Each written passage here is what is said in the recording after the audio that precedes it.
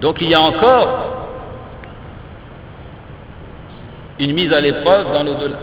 Il y a encore une responsabilité des attentes de la part d'Allah subhanahu wa ta'ala envers ses créatures dans l'au-delà, jusqu'à ce que les individus entrent soit au paradis, soit en enfer.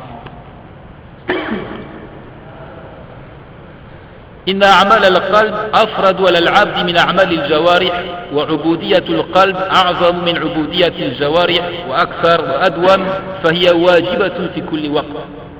Toujours dans le même ordre d'idée, il dit: les actes du cœur sont plus obligatoires encore que les actes réalisés avec les membres du corps. Plus obligatoires encore que les actes réalisés avec les membres du corps. Ils sont plus nombreux, plus constants, et même ils sont obligatoires en tout temps. أعمال القلب أفرد على العبد من أعمال الجوارح وعبودية القلب أعظم من عبودية الجوارح وأكثر وأدوم فهي واجبة في كل وقت. Les actes du cœur sont plus obligatoires encore que les actes réalisés avec les membres du corps. Ils sont plus nombreux, plus constants, et plus encore, ils sont obligatoires en tout temps. Lorsqu'on sait que la prière, par exemple, est nécessaire pour confirmer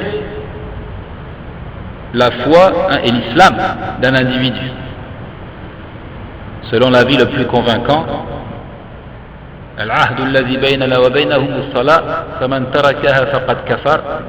le pacte qui existe entre nous et eux, c'est la prière. Celui qui la délaisse, il a mécru.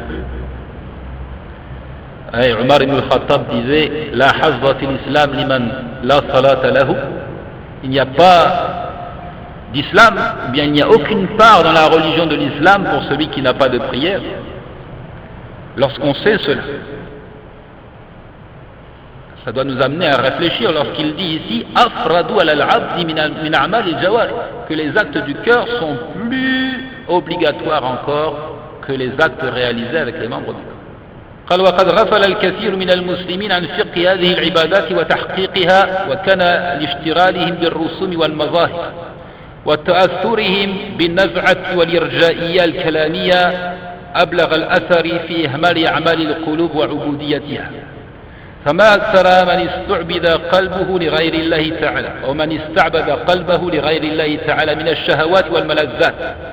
فطائفة أشربت حب المال وطائفة صار همها وشغلها المنصب والوظيفة والرياسة وطائفة ثالثة تعلقت قلوبها بالنساء وطائفة أخرى صار مقصودها سفاسيف الأمور من مطعوم وملبوس ومركوب. Grand nombre de musulmans, dit-il, sont plongés dans l'insouciance.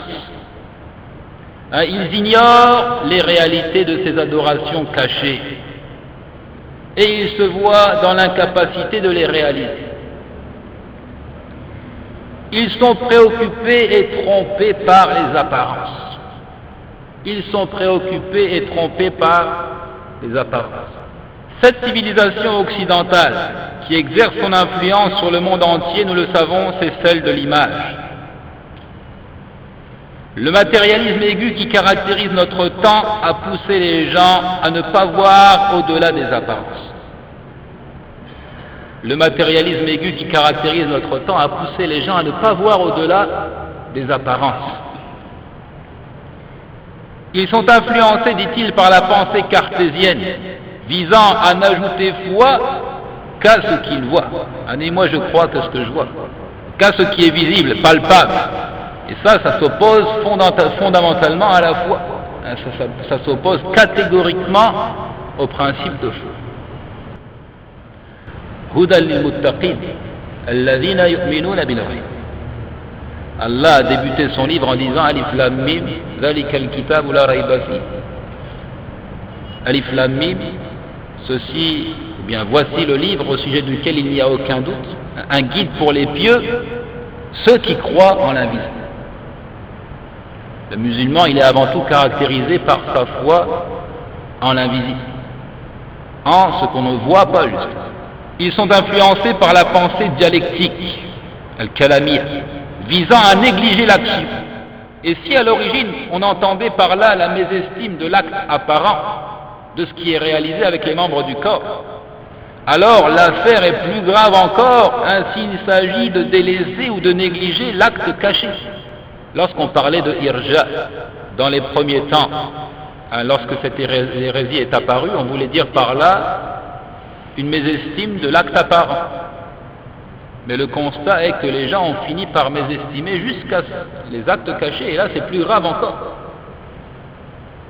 C'est plus grave encore. Combien nombreux sont ceux dont le cœur est asservi à un autre que Allah, suivant leur passion, recherchant les jouissances mondaines. Un groupe finit par aimer l'argent, un autre recherche la notoriété et le prestige. Un autre aime les femmes de manière obsessionnelle. D'autres sont passionnés par l'art culinaire, vestimentaire, d'autres par les jeux, le sport, le cinéma. 3 points de suspension, ce n'est pas là une liste exhaustive.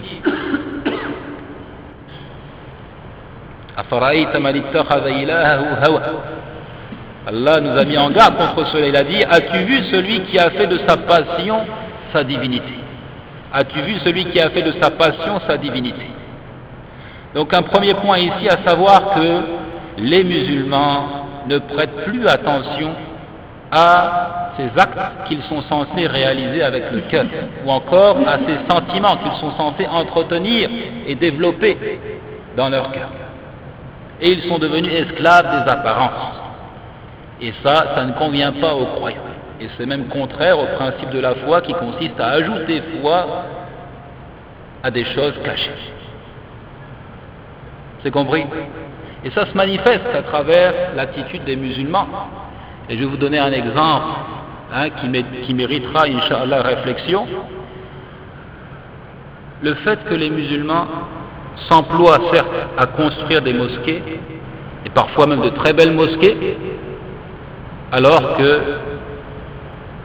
qu'ils ne prennent pas la peine, par exemple, de dépenser leur argent pour la formation des imams et des prédicateurs. Ça, c'est une réalité que nous vivons aujourd'hui. Les bienfaisants, ceux qui dépensent leur argent, fi sabilillah, ils le dépensent notamment pour la construction de mosquées. On s'intéresse aux apparences. Une grande mosquée, une belle mosquée avec de jolis tapis, mais il n'y a pas là-dedans un individu capable d'enseigner la religion de l'islam. Il aurait été préférable de dépenser cet argent pour la formation des imams et des prédicateurs, même si nous sommes amenés à prier en plein air ou sous un arbre.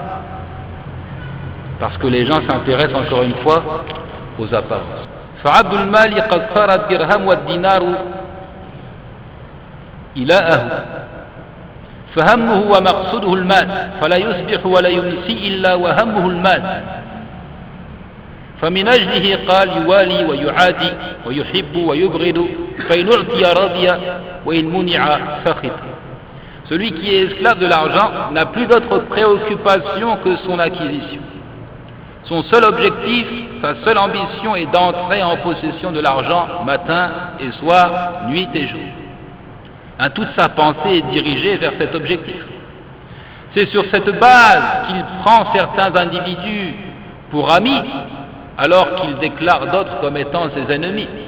C'est sur la base de l'acquisition des biens qu'il se fait des amis ou des ennemis, et qu'il aussi oriente ses sentiments d'amour et de haine. Il aime et il est satisfait de celui qui lui donne, sinon alors il se morfond et se met en colère. Ça aussi c'est un point auquel il faut prêter attention. Certains sont satisfaits de toi parce que tu les aides financièrement. Tu leur donnes. Tant que tu donnes, tu es bon. Et le jour où tu ne donnes plus, tu es mauvais. Alors que rien n'a changé dans ton credo et dans ta pratique de la religion de l'islam, ce qui concerne la prière, le jeûne, etc. Et d'ailleurs, il ne connaît pas la cause, il ne sait pas pourquoi tu ne donnes plus. Mais il déclare alors l'inimitié. إن أعمال القلوب من أهم الواجبات وأعظم القربات فهي واجبة في كل وقت وعلى جميع المكلفين كما أنها آكد شعب الإيمان فإذا زال عمل القلب زال الإيمان كما أن صلاح سائر الأعمال منوط بصلاح القلب فإن عمل القلب هو الأصل وعمل الجوارح تبع. Les actions du cœur sont les devoirs les plus importants et les plus grandioses de tous les moyens de se rapprocher d'Allah. Ces actions sont obligatoires pour tout individu responsable en tout lieu et en tout temps. Responsable, yani un musulman, baligh, aqil, tout individu responsable, c'est-à-dire l'individu qui a atteint l'âge de la puberté et qui a toutes ses facultés mentales, qui n'est pas fou. Alors c'est un devoir pour lui en tout lieu et en tout temps. Ses actions produites avec le cœur ou encore ses sentiments sont les branches mères de la foi. Si l'action du cœur prend fin, la foi s'éteint. Si l'action du cœur prend fin, la foi s'éteint. La validité de l'ensemble des actes corporels dépend de la validité de l'acte du cœur. Il est le fondement et les actes du corps sont ses extensions. Il est le fondement et les actes du corps sont des extensions. On peut les comparer à des embranchements. Ils ne font que suivre l'acte du cœur. On peut ici encore une fois donner l'image de l'arbre. L'arbre, il y a un tronc et il y a des branches. Le tronc ici, c'est le cœur, c'est l'acte du cœur, et les branches, ce sont les œuvres produites avec les membres du corps. J'ai même envie de donner une autre image qui est peut-être plus juste. Avec l'arbre, il y a trois choses. Il y a les racines d'une part, le tronc et les branches. Les racines, c'est l'image ici des actes produits avec le cœur. Le tronc, c'est la prière. Et les branches, ce sont les autres actes corporels. De sorte que si on coupe toutes les branches, ça ressemble toujours à un arbre. Mais si on coupe le tronc, ça ne ressemble plus à un arbre.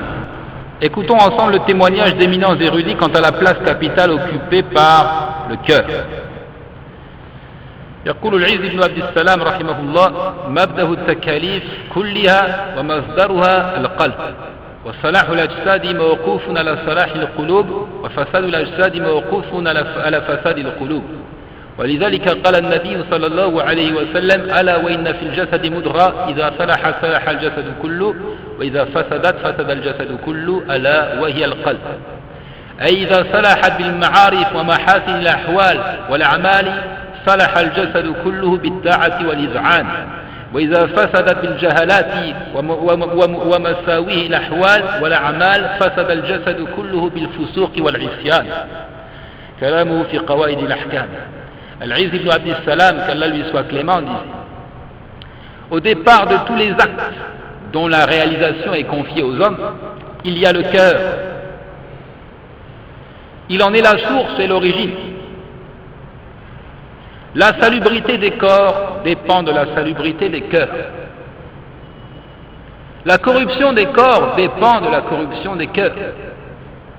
C'est pourquoi le prophète alayhi salatu wa salam dit: n'est-ce pas qu'il y a dans le corps un morceau de chair s'il est sain?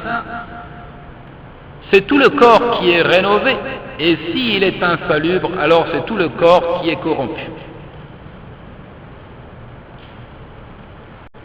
C'est-à-dire, s'il est assaini par les connaissances, les bons états et les bons actes, alors le corps est assaini à son tour par l'obéissance et la soumission.